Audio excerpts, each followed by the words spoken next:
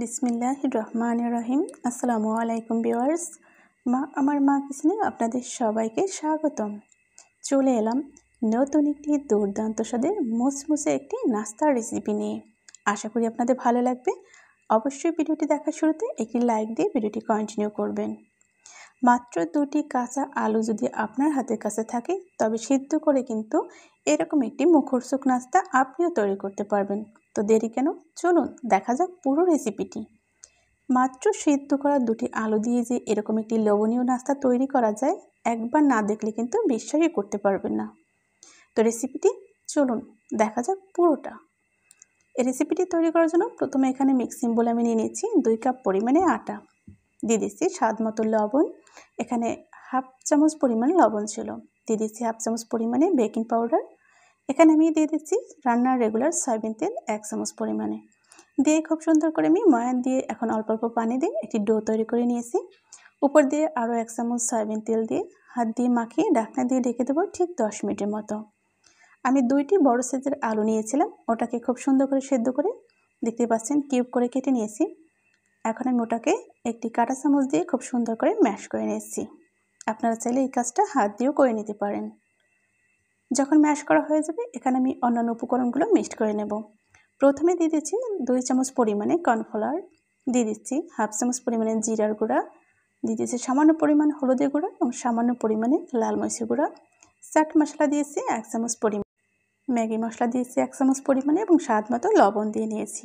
এবার দিয়েছি বড় সাইজের 2টি পেঁয়াজ কুচি এবং 4 থেকে 5টি কাঁচা ঝাল কুচি।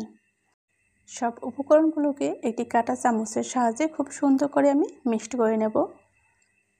দেখতে পাচ্ছেন এটা খুব সুন্দর করে কিন্তু মিক্সড করে একটা কুট তৈরি করা হয়েছে। তো ঢাকনাটা তুলে আমি ডোটাকে বোর্ডের উপর নিয়ে নিয়েছি। ডোটা কিন্তু একদমই কিন্তু নাস্তা তৈরি করার উপযুক্ত হয়েছে।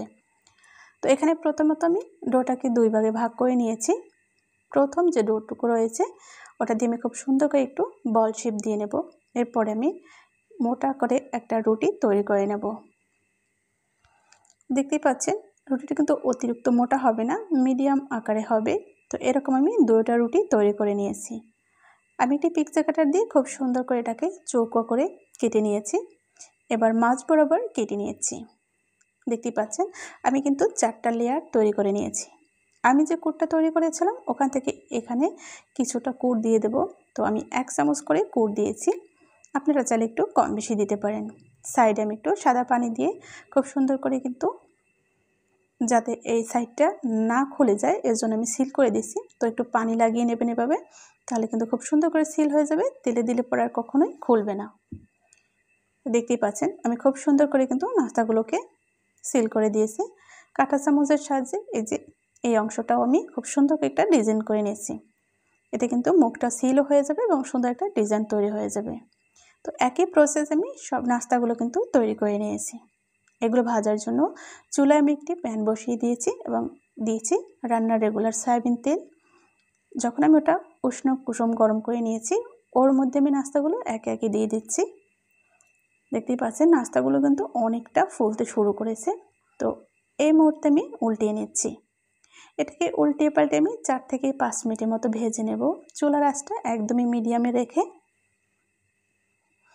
চুলার আঁচটা কিন্তু হাই করা যাবে না, তাহলে কিন্তু নাস্তাটা পুড়ে যাবে, ফুলকো হবে না এবং কাঁচা থেকে যাবে।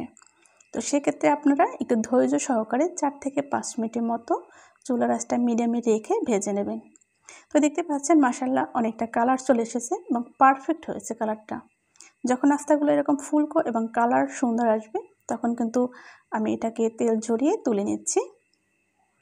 এরকম দারুণ মুসমুসে নাস্তাটা কিন্তু একবার হলেও বাসায় ট্রাই করবেন, আশা করি আপনাদের ভালো লাগবে। তো আজকের রেসিপিটি কেমন লাগলো কমেন্টের মাধ্যমে জানিয়ে দেবেন। লাইক দিতে একদমই ভুল করবেন না। ফাইনালি আপনাদেরকে আমি সার্ভ করে দেখিয়ে দিলাম নাস্তাটা কতটা লোভনীয় হয়েছে। এখানে আমি টমেটো সস দিয়ে সার্ভ করে নিয়েছি, আপনারা চাইলে আপনাদের পছন্দ মতো সস দিয়েও খেতে পারেন। আশা করি আপনাদের ভালো লাগে। আপনারা চাইলে কিন্তু আমার পুরো চ্যানেলটি ভিজিট করতে পারেন, আশা করি ভালো লাগবে। দারুণ দারুণ রেসিপি দেওয়া রয়েছে।